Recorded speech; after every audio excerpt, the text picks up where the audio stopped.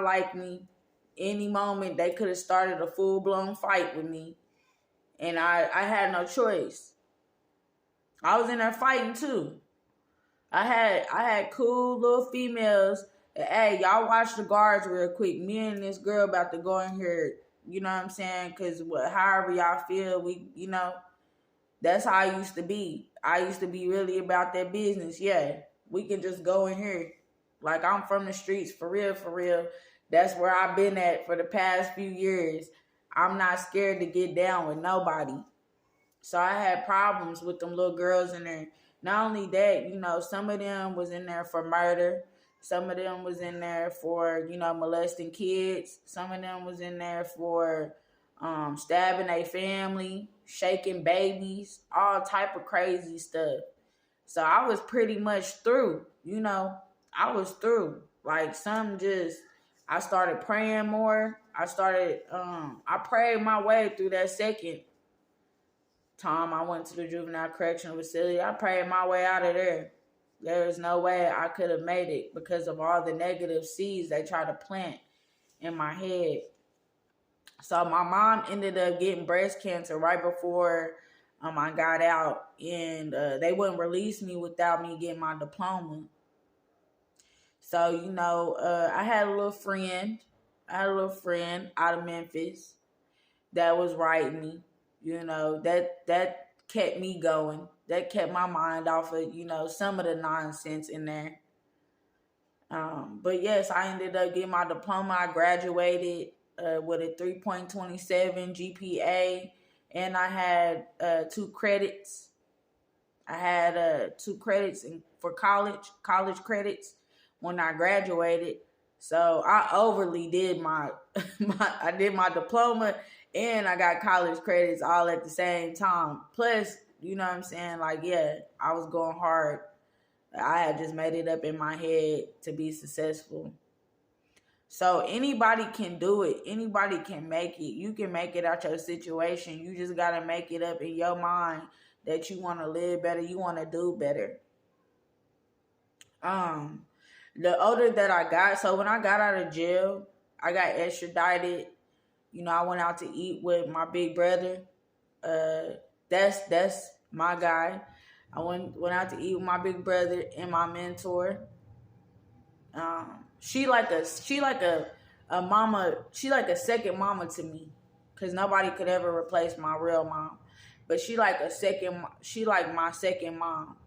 I got my mentor, and then I got my spiritual mom, and I have my real mother.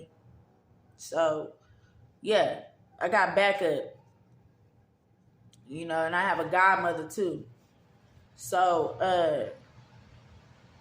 I was just destined to be successful. I went out to eat with them. They put me on the airplane. I came back here to Oklahoma to take care of my mom. She ended up with breast cancer, not once, but twice. She ended up with breast cancer. So, I had to take care of my mom, and I took care of my grandfather.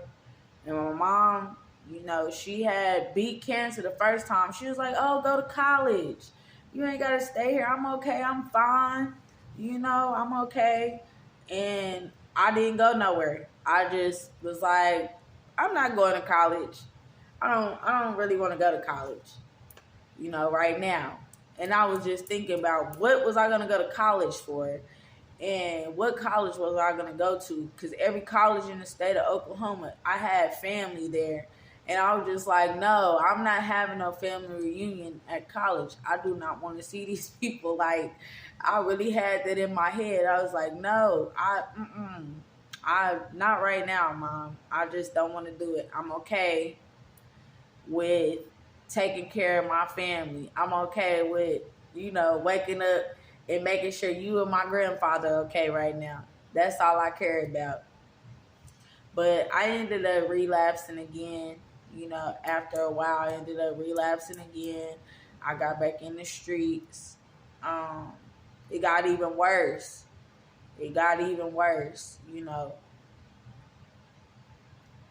So it went from, I was already, like I told you, I was already selling drugs at early teenage years. I went from selling hard to soft to bars, Xanax bars.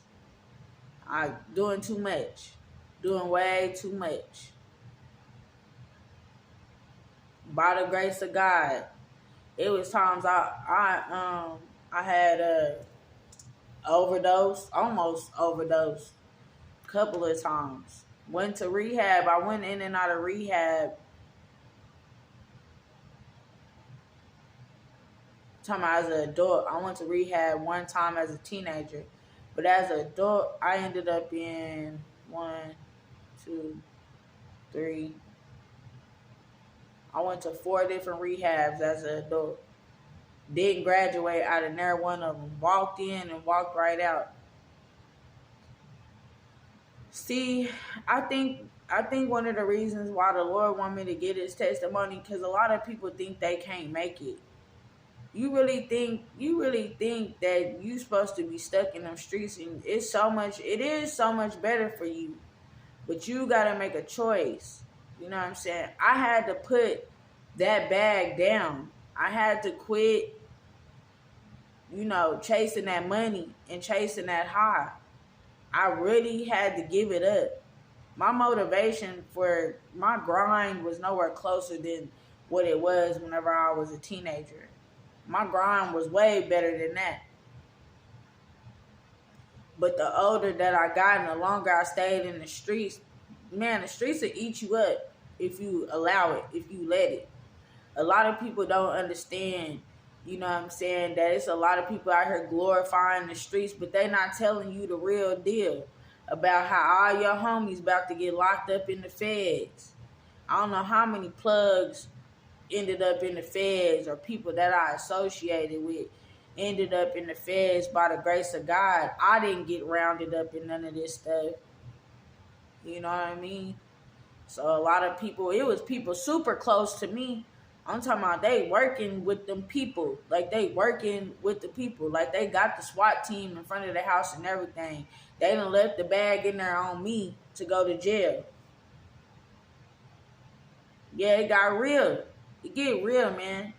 And I was one of them type of people, yeah. I'm not gonna call nobody. I'm gonna get the job done. I'm just gonna go ahead and get down through there. You know what I'm saying? Because you feel like you got some kind of animosity or smoke towards me. You know what I'm saying? You feel like, you know what I mean, you got one up on me by ratting me out or